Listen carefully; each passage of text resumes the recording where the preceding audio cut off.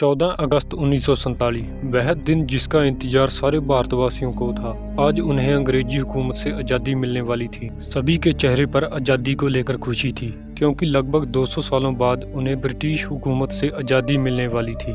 किंतु उन्हें यह नहीं मालूम था कि आज़ादी के साथ उन्हें ऐसा दर्द दिया जाएगा जिसे वह सारी ज़िंदगी नहीं भूल पाएंगे। वह था अखंड भारत का बंटवारा, जिसने सारे हिंदुस्तान की स्थिति को बदल डाला और लोगों के अंदर आज़ादी की खुशी से ज़्यादा अपनों के बिछड़ने का दर्दनाक खौफ पैदा कर दिया। 14 अगस्त 1947 की शाम सभी लोग दिल्ली की सड़कों पर उतर आए। सभी लोग आज़ादी को लेकर खुश थे। करीब रात के 9 बजे दिल्ली की सड़कों पर भारी बारिश हो रही थी और सभी लोग राय सिन्हा हिल्स पर इकट्ठे हो रहे थे। कुछ ही देर बाद लाखों की संख्या में लोग इकट्ठे हो चुके थे। रात के करीब 10 बजे पंडित जवाहरलाल नेहरू, सरदार वल्लभ भाई पटेल, राजेंद्र प्रसाद और माउंटबेटन वायसराय हाउस पहुंचे, जहां कई लोगों के चेहरे पर खुशी थी तो कईयों के चेहरे पर मायूसी।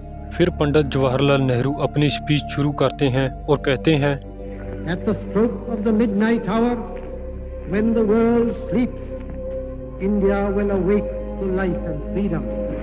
कुछ ही देर बाद वह घड़ी आ गई थी जिसका इंतजार सभी को था, जब भारत ने आज़ादी की सांसें ली। रात के करीब 12 बजे भारत की आज़ादी का शंखनाद से आरंभ हुआ था। लोग बाहर ग्राउंड में खड़े होकर महात्मा गांधी के जयकारे लगा रहे थे और कई लोग अपने घरों में रेडियो पर जवाहरलाल नेहरू की स्पीच सुन रहे थे। सभी लोगों में आज़ादी को लेकर उत्साह था। 14 अगस्त 1947 में रात भर बारिश के बाद सुबह आसमान बिल्कुल साफ था।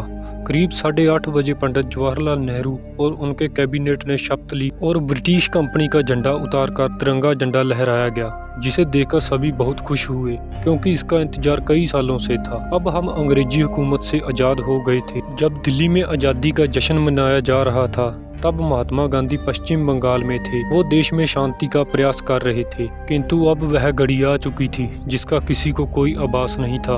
वह थी अखंड भारत का बंटवारा। यहाँ एक तरफ तो जश्न मनाया जा रहा था तो दूसरी तरफ मातम, क्योंकि 14 अगस्त की रात को अखंड भारत को भारत और पाकिस्तान के 2 हिस्सों में विभाजित कर दिया गया था। यहाँ जो लोग भाई की तरह रहते थे, अब वह एक दूसरे के दुश्मन बन चुके थे। सारे हिंदुस्तान में मारकाट और लड़ाई शुरू हो गई थी। जो लोग पाकिस्तान में अपने आप को सुरक्षित समझते थे वह वहां जाने लगे, और जो लोग अपने आप को भारत में सुरक्षित समझते थे वह जहां आने लगे। करोड़ों लोग बेघर हो गए, हजारों की संख्या में लोग मारे गए, औरतों के साथ बहुत बुरा सलूक किया गया। जिन लोगों ने यह मंजर देखा था वह ये सोचकर आज भी डरते हैं। आज़ादी के बाद भारत ने अपना 3,46,737 वर्ग किलोमीटर का एरिया पाकिस्तान के रूप में खो दिया था। दुनिया का यह सबसे बड़ा विस्थापन था और यह सारा खेल अंग्रेजी हुकूमत का था, जिसने डिवाइड एंड रूल का खेल पहले ही खेल रखा था।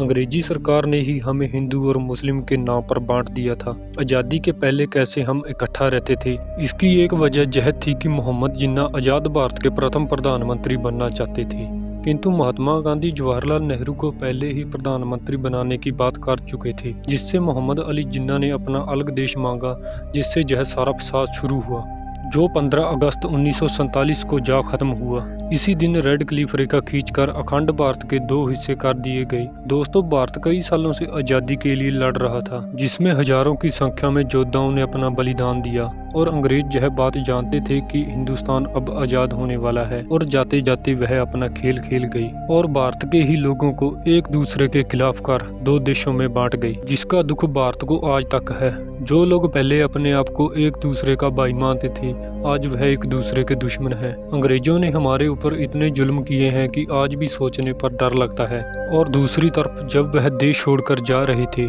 तब उनको ऐसे विदा किया गया जैसे किसी बारात को करते हैं। आखिरी टोली को 17 अगस्त को बैंड बाजों के साथ विदा किया गया।